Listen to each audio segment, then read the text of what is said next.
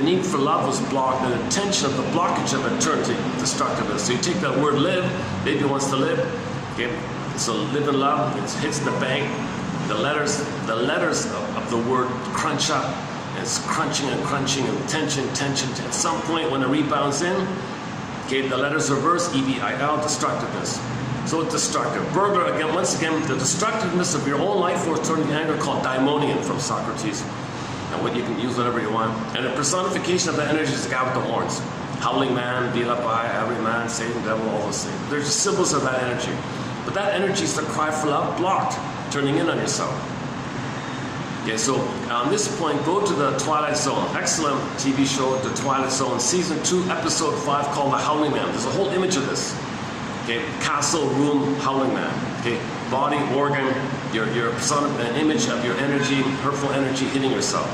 So, psychosomatic symptoms, the door's open, and you got prejudice, a scapegoat. Yesterday, scapegoat, a very good topic on scapegoating was there. All right, so scapegoating or prejudice or externalizing or projection. Because very often we don't want to know mother hurt us. We don't want to bleed mother hurt us. The greatest hurt of all, mother failed me. The greatest hurt of all, mother betrayed me. We don't want to know this, we don't want to believe this. It's hard to admit this. And then because if you do, you got to mean you were angry. Now you don't know that you were angry, but it went in. Now your anger, it's a condensation phenomenon. You take your anger, your need for the oral phase, blend it in with some image of the mother, okay, put it in a mixer, shaker thing, shake it up, shake, poof. You got one of these monsters. Okay, Wicked Queen, Hansel and Gretel Witch, okay, and it's like called Laestagonians in the Odyssey.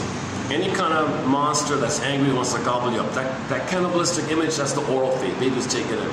So baby's hungry, mother's hungry. Baby's angry, mother's angry, and so on. So the image is some kind of devouring monster. So you feel like there's image in you, attacking you, hating you. So that's pain. So now you say to yourself, what's causing this pain? What's causing this pain? Okay, by the way, this image is called Monsters of the Id. Id monsters. Okay, so on this point, go to the forbidden, the film, the classic science fiction film called The Forbidden Planet 1956. The whole film is just on this point. The monsters of the id. What's the id? The elementary basis of the unconscious.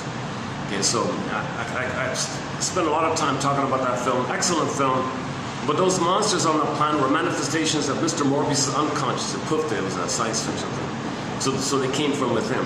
So let's say you feel pain inside, and something's bugging you inside, something's attacking you, something's hurting you, and you don't want to face it, you don't want to admit it. So what do? How do you get away from this pain? Well, you project it. You take that image,